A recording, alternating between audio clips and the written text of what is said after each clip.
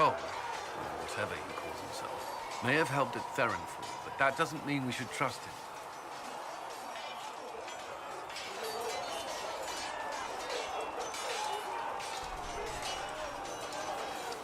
Leliana has people watching him. Provided they don't lose him. I suppose my concerns can wait. We must focus on the breach. The Templars are making final preparations. After what happened with the Lord Seeker, they're eager to prove themselves.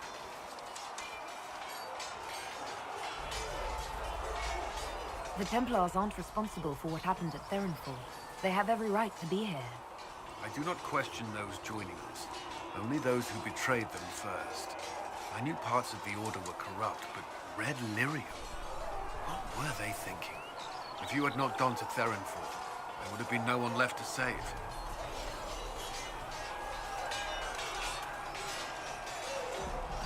I'd like to know more about the Templars. What would you like to know? What does Templar training involve? There is weapon and combat training. Even without their abilities, Templars are among the best warriors in Thedas. Initiates must also memorize portions of the Chant of Light, study history, and improve their mental focus. Did you enjoy your training? I wanted to learn everything. If I was giving my life to this, I would be the best Templar I could. You were a model student.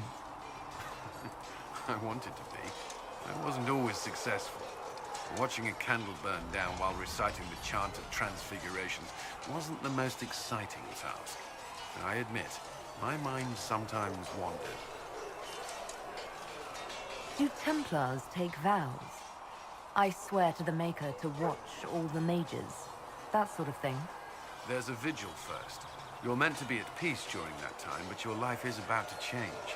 When it's over, you give yourself to a life of service. That's when you're given a filter. Your first draft of Lyrium and its power.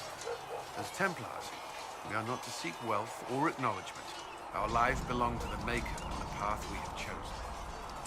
A life of service and sacrifice. Are Templars also expected to give up physical temptations? Physical? Why... why would you... That's not expected. Templars can marry, although there are rules around it, and the Order must grant permission. Some may choose to give up more to prove their devotion, but it's not required. Have you? Me? No. I've taken no such vows. Maker's breath. Can we speak of something else? Do the Templars do anything besides hunt mages? Templars protect against the dangers of magic. Before the Order left the Chantry, that meant serving in a circle. They were also tasked with tracking apostates, or fighting demons inevitably summoned by the weak or malicious. What do you think of mages? Are they all a threat? I've seen the suffering magic can inflict. I've treated mages with distrust because of it, at times without cause. That was unworthy of me. I will try not to do so here. Not that I want mages moving through our base completely unchecked. We need safeguards in place to protect people, including mages, from possession, at least. Why did you join the Order? I could think of no better calling than to protect those in need. I used to beg the Templars as our local Chantry to teach me. At first, they merely humored me. I must have shown promise, or at least a willingness to learn. The Knight Captain spoke to my parents on my behalf. They agreed to send me for training. I was 13 when I left home. 13? That's still so young. I wasn't the youngest there. Some children are promised to the Order at infancy. Still, I didn't take on full responsibilities until I was 18. The Order sees you trained and educated first. What about your family? Did you miss them? Of course. But there were many my age who felt the same. We learned to look out for one another. You've lived in the Circle. What was a typical day for a Templar there? Typical.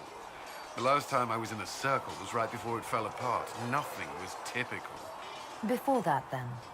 Certain rituals require a full guard. A mage's howling, for instance. I've attended a few. Most of the time, you merely maintain a presence, on patrol or in the circle, ready to respond if needed. Mages pretend to ignore that presence, but they're watching you just as closely. Do Templars and mages never speak to each other? Some do, but Templars are supposed to maintain a certain distance from their charges. If a mage is possessed or uses blood magic, you must act quickly, without hesitation. Your judgment cannot be clouded. Of course, ignoring one another does nothing to foster understanding. That's all I wanted to know. Thank you. Should you require anything, I'll be here. Was there something you needed?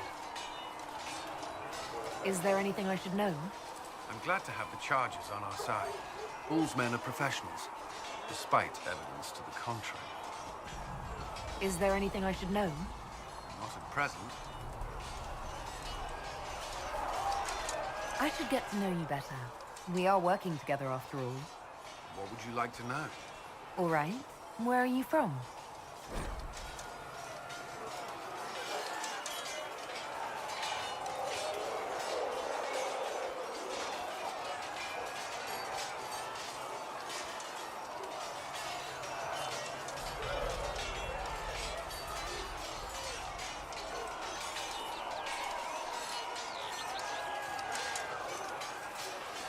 I grew up in Ferelden, near Honwell.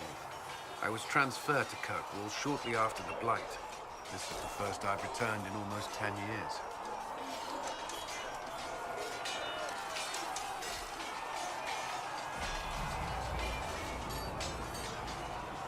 Varric's from Kirkwall. Did you two know each other? I knew he was friends with the champion of Kirkwall, but little else. We've spoken more since I joined the Inquisition, largely at Varric's insistence.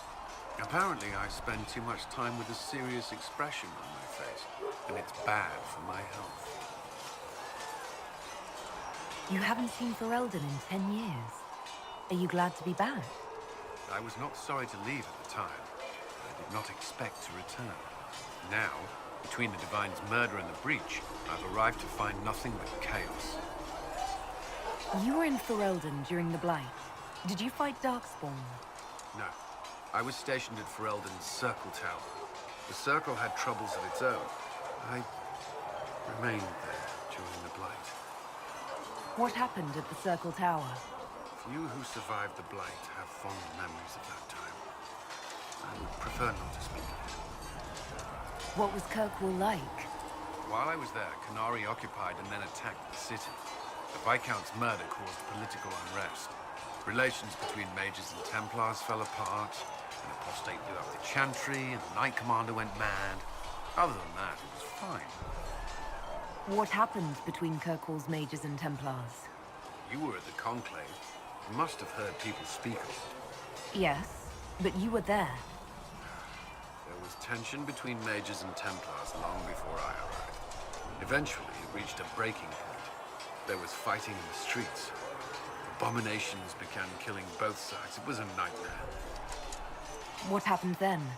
The Templars should have restored order, but Red Lyrium had driven Knight Commander Meredith mad. She threatened to kill Kirkwall's champion, turned on her own men. I'm not sure how far she would have gone. Too far. So you opposed her? I stood with the champion against her, in the end. I should have seen through Meredith sooner. I'll let you return to your work. Another time, then.